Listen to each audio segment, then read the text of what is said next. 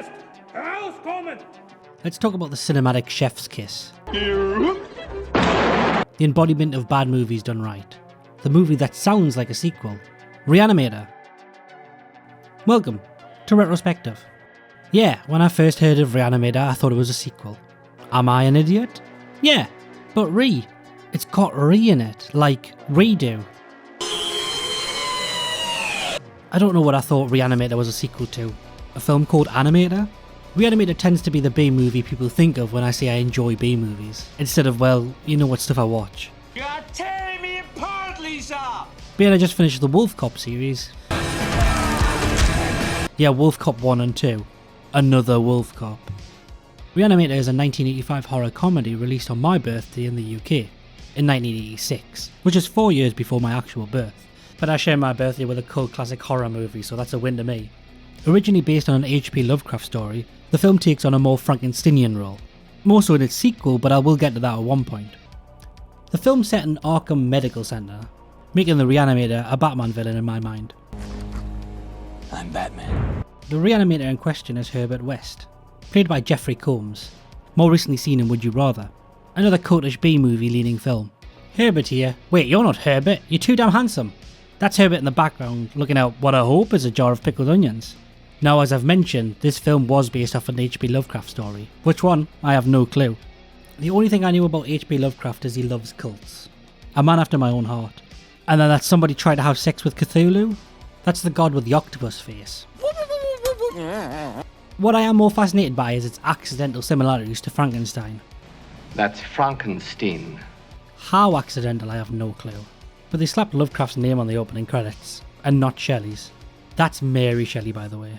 Although, to be honest, the only thread between the two properties, Bertie here and Frankenstein are both mad scientists who bring people back to life. It's alive! It's alive! Yeah, that's a pretty thick thread, I'd say. Thick enough to stitch a limb back on. In the Shelley book, we're never told what really brings the monster back to life. The films generally chose lightning, and it's hinted in the books being that he's brought back during a thunderstorm. And there was that whole AC/DC battle going on. So being thunderstruck is definitely a probability. But it's more of a context thing. Plus, it looks really cool in movies. But in the Frankenstein books, nobody brings up what gives life. A syringe filled with glow stick fluid could be the answer. And just like Frankenstein, rebirth, as they call it in this movie, seems to be painful. Birth is always painful. And disorientating. Calm down, buddy. You'll give yourself a heart attack. Another heart attack. Why do they always bring bodybuilders back to life? Oh, that's gotta hurt. Both Frankenstein and these reanimated corpses start off childlike. They're childlike but with the upper body strength of Hulk Hogan. The film's sort of building Herbert here into the doctor from the story too. Mad? That's a big tick. Trying to bring people back to life? Tick. But those are just the obvious ones. Kicked out of medical school? As of now, he is no longer a student of this university. Ah, you weren't expecting that, were you? Dr. Frankenstein Frankenstein. wasn't even a real doctor. Like Dr. Nick. Hi, everybody! The comparisons between Re-Animator and Frankenstein is an easy link to make, being even the director linked it themselves. The sequel literally called itself Bride of Re-Animator in most places. Those links are one of the reasons, like the book it came from, the film became an instant cult classic. We don't like stories we haven't heard 100 times before. Disney are making a killing on that right now. But it's not the only story it really borrows from. There's Birkin hair undertones as well. When you need a body, just make one. Although this is something that the later Frankenstein movies covered, the book more focused on grave robbing. Like, that's much better. And any parts that were missing were just simply replaced by pig parts. Mary was ahead of her time. She wrote Boy with a Pig Heart almost 200 years before it was common. Well, common-ish. In Re-Animator, anybody brought back starts out almost zombie-esque, without all the biting, which gives the living dead these lovely white coats with the long sleeves. Good evening, Mr. West. I recognize this.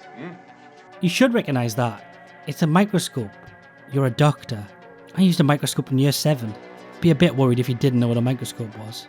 And when I say Birkin here, I mean they start off by finding bodies in morgues and quickly climb up to killing people. That escalated quickly. He'll get ahead in life. I'm sorry. All the notes are gone. I had to kill him!